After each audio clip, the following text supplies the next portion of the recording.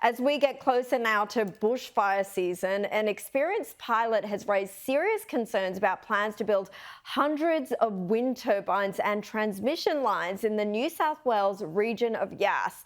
The pilot, who has been engaged by the Rural Fire Service, asked not to be named, but told the Daily Telegraph the projects would make it nearly impossible to fight fires from the air. He went on to say, if there are obstacles which hinder the efforts of air crew, we are not going to take extra risk.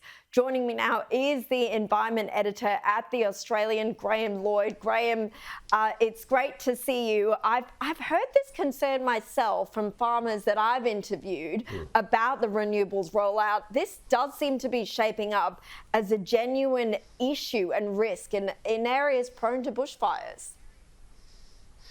That's right. Hi, Caroline. It's certainly an issue that has been raised over a long period of time. And like everything with this rollout, it's a sort of question of suck it and see, because they're being put out now at a scale where if there are going to be issues, they are going to be becoming apparent fairly quickly and soon. There's obviously regulations about how you can operate aeroplanes in the vicinity of what are extremely large industrial objects out on the landscape. And of course, they have themselves been prone to cause fires, burst into flames, throw flames off a great distance from the wind towers. And if this takes hold in a dry area, it's not possible to get firefighting planes and machinery into place. You have all the conditions for a very significant problem. And it's not confined, of course, to wind turbines. There's equal concerns have been raised about the capacity for transmission lines to arc and cause bushfires in areas, which is something that is known to happen. And we're now going out of our way to put them all through state forests and national parks.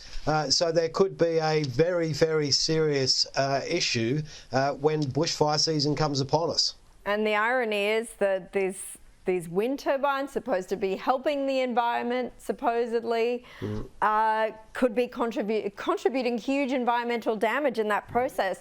I want to ask you about Human Rights Commissioner Lauren Finlay. She's defending the Commission's push to crack down on so-called climate misinformation. Now, it comes after the body received backlash last week as it told a climate committee regulation is necessary to stop the spread of misinformation related to climate change. Ms. Finlay writes in The Australian that false claims have real-world consequences, but we're not suggesting that different or contested views on climate policy should be outlawed. Graham, what do you make of this? Should we be concerned about climate censorship?